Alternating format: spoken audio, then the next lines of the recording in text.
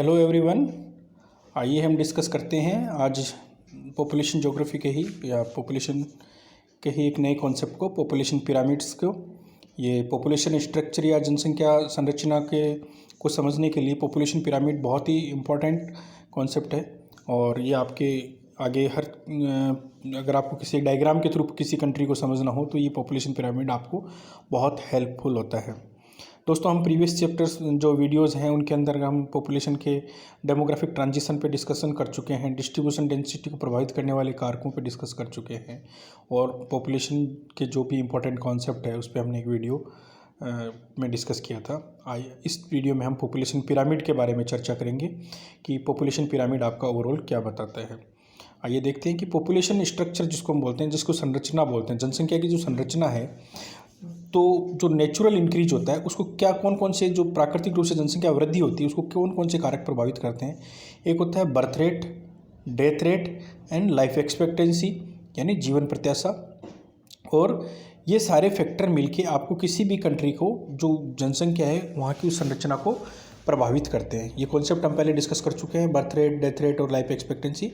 तो I hope यहाँ पे दोबारा से डिस्कस करने की जरूरत नहीं है। तो वो वहाँ की उस जनसंख्या की संरचना को पूरी तरह से ये तीनों फैक्टर्स आपके अफेक्ट करते हैं, उस वहाँ की जनसंख्या की वृद्धि को प्रभावित करते हैं।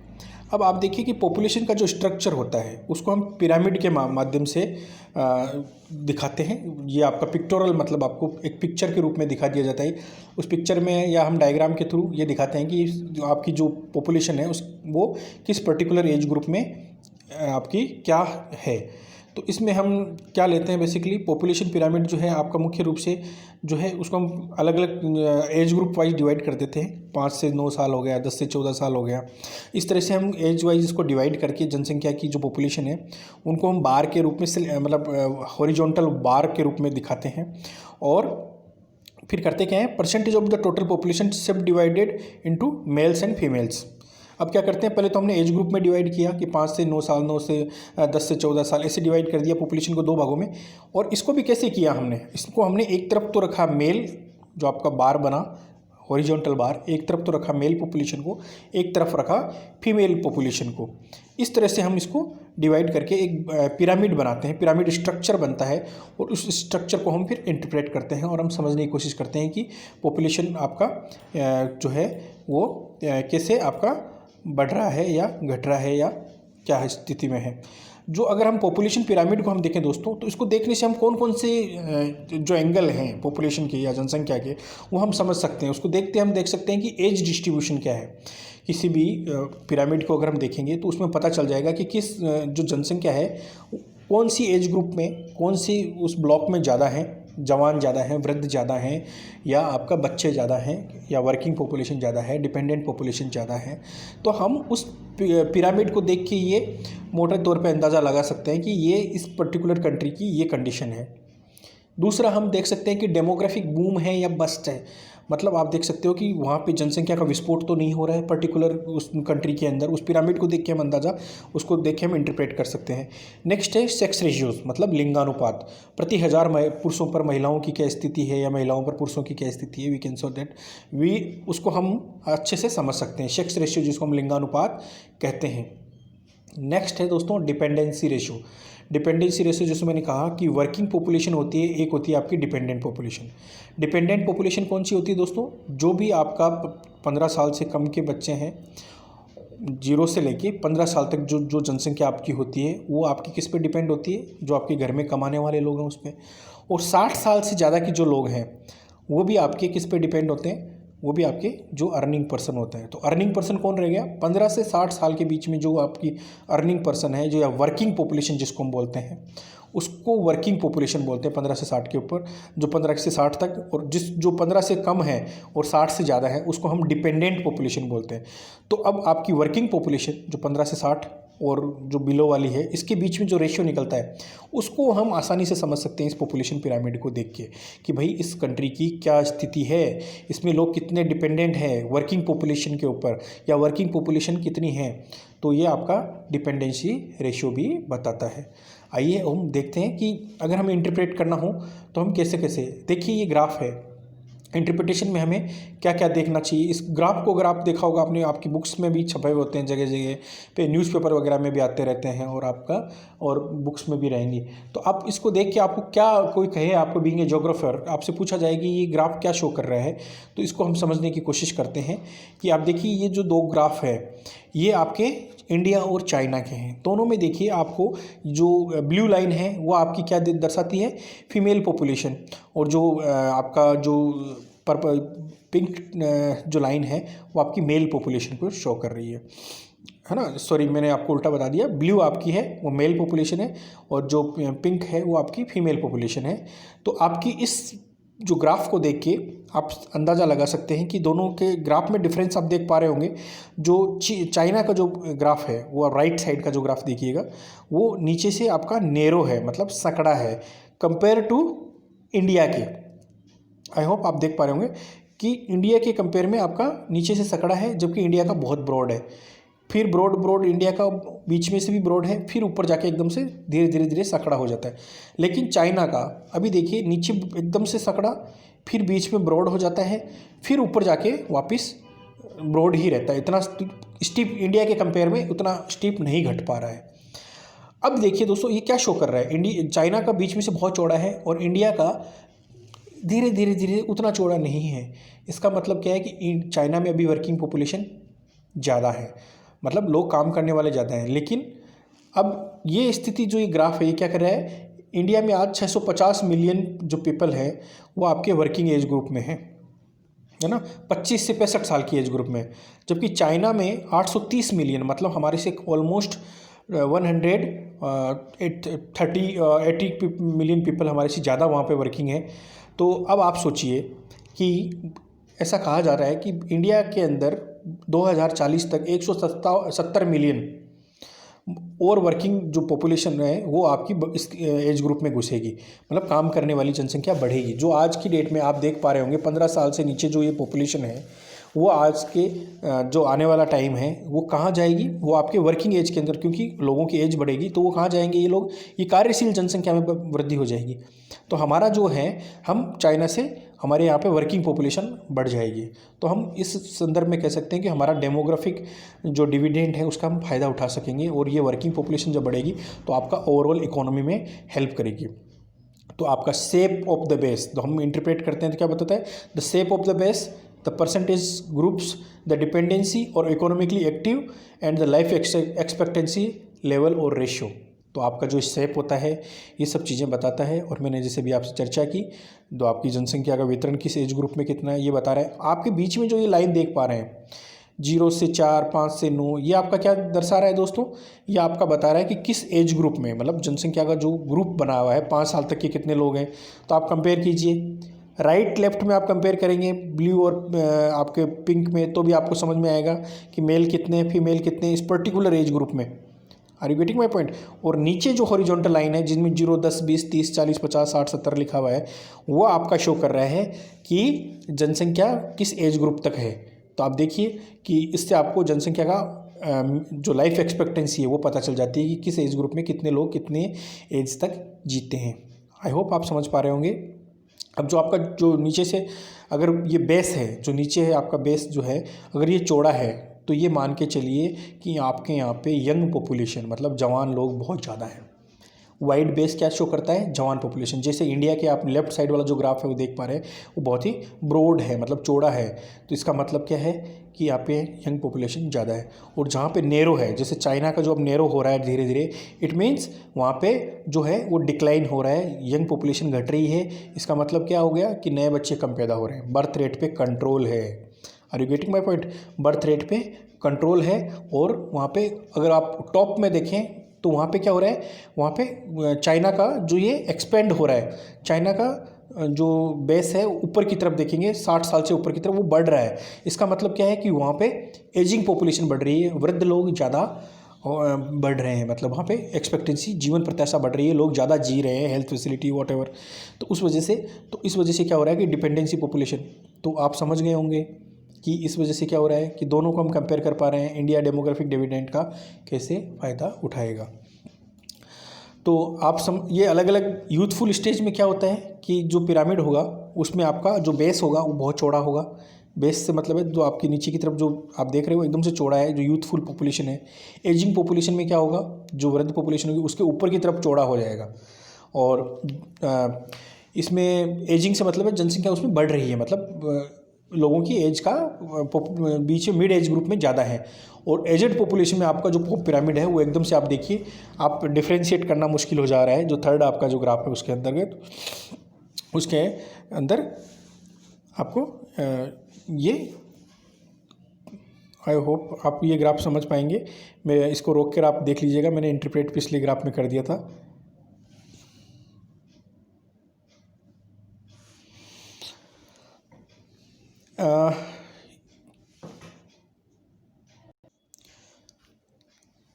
तो अगर हम इस शेप के अकॉर्डिंग हम इसको इंटरप्रेट करते हैं तो ब्रॉड बेस होता है, जो चौड़ा होता है। तो मैंने अभी जो पिछली स्लाइड में बताया था कि बर्थ रेट आपकी ज़्यादा होती है, और ये लीस्ट इकोनॉमिक जो डेवलप्ड कंट्री है, मतलब जिनमें जनसंख्या आर्थिक रूप से इतना विकास नहीं हुआ है, उनके अंदर आपको ये जो बेस है वो बहुत चौड़ा मिलेगा। जो इकोनॉमिकली डेवलप्ड कंट्रीज़ है उसमें क्या होगा कि जो नैरो बेस है वो इंडिकेटिंग लो फॉलिंग बर्थ रेट, या आपका जो इकोनॉमिकली जो डेवलप्ड कंट्रीज होती है उनके अंदर आपको क्या होगा कि जो बेस है वो आपका नैरो होता जाएगा। इसका मतलब क्या है कि वहाँ पे जनसंख्या का कंट्रोल हो रहा है। और क्या दर्शाता है कि इकोनॉमी की एक्टिव पॉपुलेशन 15 से 64 साल तक जो एक्टिव पॉपुलेशन है, वर्किंग या एक्टिव पॉपुलेशन अलग अलग कंट्रीज़ में अलग अलग लेते हैं। तो 15 से 64 साल तक जो एक्टिव इकोनॉमिकली एक्टिव पॉपुलेशन है वो आपकी, अगर बीच में से आपका जो पिरामिड अगर चौड़ा है 15 से लेकर 64, तो इट मीन्स आपकी इकोनॉमिकली एक्टिव पॉपुलेशन ज़्यादा है। और 0 से 14 और उससे आपका जो पॉपुलेशन अगर ज़्यादा है तो इसका मतलब, और 65 से ऊपर अगर ज़्यादा है तो इसका मतलब कि आपकी डिपेंडेंट पॉपुलेशन ज़्यादा है। ये समझ गए होंगे आई होप।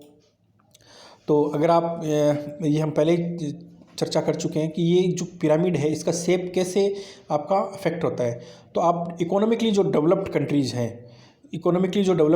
हैं, अगर आप इसमें देखें कि पॉपुलेशन जो फैमिली प्लानिंग है इसकी वजह से वहाँ पे आपको जो बेस है पॉपुलेशन कंट्रोल होती है, जनसंख्या का नियंत्रण होता है। ये कैसे होता है कि नॉलेज जो है आपका, लोगों का अवेयरनेस बढ़ती है इसके ऊपर, पॉपुलेशन के जो आपके कॉन्ट्रासेप्टिव्स हैं या फैमिली प्लानिंग की वजह से।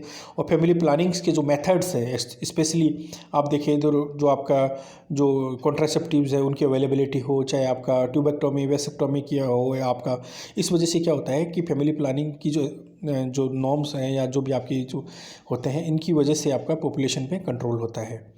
नेक्स्ट है हेल्थ केयर इंप्रूवमेंट होने की वजह से क्या होता है कि आप देखिए सोनोग्राफी वगैरह हो गया या और भी बहुत सारी हेल्थ फैसिलिटी होने की वजह से आपका पॉपुलेशन में कंट्रोल होता है। स्पेशली इन डेवलप्ड कंट्रीज़ में जो पॉपुलेशन घटी है वहाँ पे अबॉर्शन लीगल है, जैसे इंडिया जैसी कंट्री में अबॉर्शन इलीगल है, क्योंकि यहाँ पे गलत तरीके से उसका जेंडर सिलेक्शन के लिए किया जाता है, मेल फीमेल का अबॉर्शन ज़्यादा होता है, इस वजह से यहाँ पे इलीगल माना गया। लेकिन specially in developed countries, western European countries, Australia और बहुत सारी अमेरिका वगैरह के अंदर इसको मतलब लीगल माना गया है। तो इस वजह से भी वहाँ पे पॉपुलेशन में आपका जो कंट्रोल हुआ है।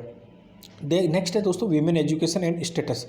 ये भी आपका क्या होता है, जो वीमेन एजुकेशन और आपका जो इकोनॉमिक लेवल दोनों बढ़ते हैं तो जो वीमेन की एज है, मीन एज, जैसे मैं बता चुका हूँ पहले भी कि जो उसमें आपका डिले होता है, मतलब जो महिलाओं की शादी करने की औसत एज है उसमें डिले होता है। जब डिले होता है तो ऑटोमेटिक आपके पॉपुलेशन में कंट्रोल आता है, क्योंकि एक महिला है या तो वो 18 साल की एज में शादी करती है, एक आपकी 30 साल की एज में। तो अगर इसमें आपका जो डिले होगा तो ये आपका रिप्रोडक्टिव स्पान अगर घट जाता है तो एवरेज मीन एज बच्चे जो पैदा करने की एज है वो भी। और एक दूसरा क्या होगा कि अगर एक महिला है वो 30 साल में बच्चे पैदा करती है तो उसकी जो संतान होगी वो रिप्रोडक्टिव स्पान में कब एंटर करेगी, वो भी आपका डिले हो जाएगा। एक महिला है जिसने 18 साल की एज में शादी की और 19 साल या 20 साल में बच्चा पैदा किया तो उसके जो बच्चे होंगे वो जल्दी ही आपकी रिप्रोडक्टिव एज ग्रुप में एंटर कर जाएंगे और वो फिर पॉपुलेशन ग्रोथ में हेल्प ग्रोथ में आपका कंट्रीब्यूशन करेंगे। तो ये रीज़न भी है। नेक्स्ट है परसेप्शन ऑफ फैमिली साइज। आप देखिए कि जो डेवलप्ड कंट्रीज़ है उसके अंदर आपको उनका जो परसेप्शन है, वेस्टर्न जो डेवलप्ड कंट्रीज़ है, इकोनॉमिकली डेवलप्ड कंट्रीज़, उनमें फैमिली साइज़ को छोटा को ही ज़्यादा प्रेफर किया जाता है, छोटी फैमिली को ही प्रेफर किया जाता है कंपेयर टू पुअर कंट्रीज़। जो डेवलपिंग कंट्रीज़ है या जो अंडर डेवलप्ड कंट्रीज़, आप उनका और अगर आप डेवलप्ड कंट्रीज़ है उनका अगर आप कंपेरिजन करेंगे तो जो लेस डेवलप्ड कंट्रीज़ है उनमें फैमिली साइज़ को एज ए रिसोर्स के रूप में ज़्यादा बच्चे पैदा किए जाते हैं compare to developed countries. Next है दोस्तों, जो आपकी इकोनॉमिकली डेवलप्ड कंट्रीज़ है इनमें क्या है कि बैलेंस डाइट, रेगुलर एक्सरसाइज और हेल्थ के ऊपर जो नॉलेज है, क्वालिटी ऑफ लिविंग स्टैंडर्ड और क्वालिटी ऑफ लाइफ, ये सारे फैक्टर जो डेवलप्ड कंट्रीज़ है, स्पेसिफिकली जो यूरोपियन कंट्रीज़ है, आपकी अमेरिका वगैरह, ये भी आपके पॉपुलेशन कंट्रोल को बहुत ज़्यादा अफेक्ट करते हैं। लोग वहाँ पे इन चीज़ों की इम्पोर्टेंस रखते हैं क्योंकि ज़्यादा बच्चे पैदा करने से आप समझ रहे हैं कि वहाँ पे हेल्थ डिटीरियोरेट होती है महिलाओं की और बैलेंस डाइट नहीं हो पाती है। तो ये सारे फैक्टर्स आपके जो हैं वो आपके जो इकोनॉमिकली डेवलप्ड कंट्रीज़ है वो आपके पॉपुलेशन कंट्रोल में हेल्प करते हैं। यही कारण है कि आप देखिए कि पॉपुलेशन का जो पिरामिड है, जो आपको developing specially developed economically developed countries का है, वो बेस है वो नैरो मिलेगा, जो आपका टॉप है वो ब्रॉड मिलेगा, और इसी वजह से आपका ये जो डिफरेंस आता है डेवलप और डेवलपिंग कंट्रीज़ के अंदर। अब देखिए जो लो इकोनॉमिकली या लेस इकोनॉमिकली डेवलप्ड कंट्रीज़ हैं, जो पुअर जिसको आप कह सकते हैं, उतने डेवलप नहीं है, उनमें पॉपुलेशन ज़्यादा मिलती है, उनका ब्रॉड बेस मिलेगा। रीज़न बीइंग कि वहाँ पे एक तो रिलीजियस मान्यता है कि कुछ जो कंट्रीज़ है वो रिलीजियस मान्यता है कि ज़्यादा बच्चे पैदा होने चाहिए, रिलीजियस बिलीफ भी होती है। आप देखिए अलग अलग आपके इंडिया कंट्री लाइक इंडिया, वहाँ पे आपको अलग अलग धर्म के लोग अलग अलग जो टेबूज़ हैं उनके अंदर, उसमें बच्चे पैदा करने को लेके मान्यताएं हैं अलग अलग। अगर आप देखें तो जातियां हैं, संप्रदाय है और रीज़न में है, तो उनमें अलग अलग तरीके से पॉपुलेशन को देखा जाता है, जनसंख्या को देखा जाता है, बच्चे पैदा करने की जो मान्यताएं हैं वो अलग अलग हैं। इस वजह से भी, और इन जो लेस इकोनॉमिकली डेवलप्ड कंट्रीज़ हैं उनमें ये मान्यताएं बहुत ज़्यादा हावी है। इस वजह से आप देखिए कि आप जनसंख्या बहुत ज़्यादा है। देखा है कि दूसरा है कि आपको कस्टम्स भी अलग अलग, जो आपके मैंने अभी चर्चा की, धर्मों में और समाजों में अलग अलग रीति रिवाज है। कुछ कंट्रीज़ में आपका पॉलीगेमी है, कुछ में आपका मोनोगेमी है। तो आपका देखिए कई कुछ मतलब आप जातियों में, आप समाजों में आपके एक से ज़्यादा शादियाँ की जाती है। जब एक से ज़्यादा शादी होगी और इससे क्या होगा कि बच्चे भी बहुत ज़्यादा पैदा करते हैं लोग। एजुकेशन आप देखिए स्पेशली बहुत ज़्यादा कम है, और अगर हम महिला जो फीमेल एजुकेशन या वीमेन एजुकेशन की बात करें वो तो बहुत ही ज़्यादा लो है। और जब वीमेन एजुकेशन, जैसा मैंने कहा कि अगर लो होगा तो ओवरऑल आपके पॉपुलेशन में जो वीमेन की चॉइसेस है कि वो कब शादी करेगी, कितने बच्चे पैदा करेगी, वो उसकी चॉइसेस उसके पास नहीं रह जाती है, वो आपकी मेल या सोसाइटी के पास रहती है, क्योंकि उसकी एजुकेशन लेवल लो है। और नेक्स्ट जो है आपका कि सफिशिएंट मनी नहीं है, एक पुअर्टी की वजह से या गरीबी की वजह से access to sufficient money for contraceptives. मैं कहूँ कि जनसंख्या नियंत्रण की जो भी आपकी जो गर्भ निरोधक है उनकी जो लेस इकोनॉमिकली डेवलप्ड कंट्रीज़ है उसमें जो एक्सेसिबिलिटी नहीं है पॉपुलेशन को, इसकी वजह से भी वहाँ पे आपका जनसंख्या बढ़ रही है। और इनएडिक्वेट फैमिली प्लानिंग, लोगों के पास अवेयरनेस नहीं है, ऑब्वियसली बात है, एजुकेशन नहीं है, इकोनॉमिक पावर नहीं है, तो और उसकी वजह से भी फैमिली प्लानिंग नहीं होने की वजह से भी यहाँ पे पॉपुलेशन बढ़ी है लेस डेवलप्ड कंट्रीज़ के अंदर। नेक्स्ट है perception about the family planning. Family की साइज को लेके जो लोगों की धारणा है वो भी यहाँ पे क्या है कि लोग यहाँ पे जो लेस इकोनॉमिकली डेवलप्ड कंट्रीज़ उसको अपनी रसूख, या उसको हम कहें कि उसको अपना बाहुबल के रूप में देखें। लार्ज फैमिली होने की वजह से ये लोग समझते हैं, मतलब यहाँ पे समझा जाता है कि वो इकोनॉमी में भी हेल्प करेगी, रेपुटेशन के हिसाब से देखा जाता है। तो ये भी एक कारण है कि आपका लेस इकोनॉमिकली डेवलप्ड जो कंट्री है उनमें आपको पॉपुलेशन साइज, जो फैमिली साइज़ है वो बड़ी मिलेगी आपको, जो परिवार में ज़्यादा लोग मिलेंगे। और यहाँ पे जनसंख्या जो बढ़ने का तो एक कारण है वो यहाँ पे है कि मेल चाइल्ड को लेके, या जो मैं कहूँ कि जो पुत्र को लेके ज़्यादा मोह है। इस वजह से क्या होता है कि अगर मान लो किसी के 2 लड़कियाँ अगर हो गई तो वो फिर पुत्र की चाह में न जाने कितने बच्चे पैदा कर देगा। और अगर आपने देखा होगा यही कारण है कि यहाँ पे जो लेस इकोनॉमिकली डेवलप्ड कंट्रीज़ वहाँ पे फीमेल फीटिसाइड भी बहुत ज़्यादा है और इन्फेंटिसाइड भी बहुत ज़्यादा है, और मेल की चाह में इतनी ज़्यादा बच्चे पैदा करते थे, वो भी आपके जनसंख्या की वृद्धि में आपको बहुत ज़्यादा कंट्रीब्यूट करते हैं। और नेक्स्ट जैसे मैंने कहा कि बच्चे ज़्यादा इसलिए भी पैदा किए जाते हैं कि ज़्यादा बच्चे आपके परिवार के जो भरण पोषण है उसके में भी हेल्प करते हैं, क्योंकि ज़्यादा जितने यहाँ पे समझा जाता है कि जितने ज़्यादा बच्चे होंगे उतने ही ज़्यादा आपकी इकोनॉमिक एक्टिविटीज़ में उतने हाथ आपके अर्निंग होंगे और वो आपकी घर की ओवरऑल आर्थिक जो सुधार में हेल्प कर पाएंगे। तो these are the reason basically in less economically developed countries और economically developed countries which are affecting the population structure of any country.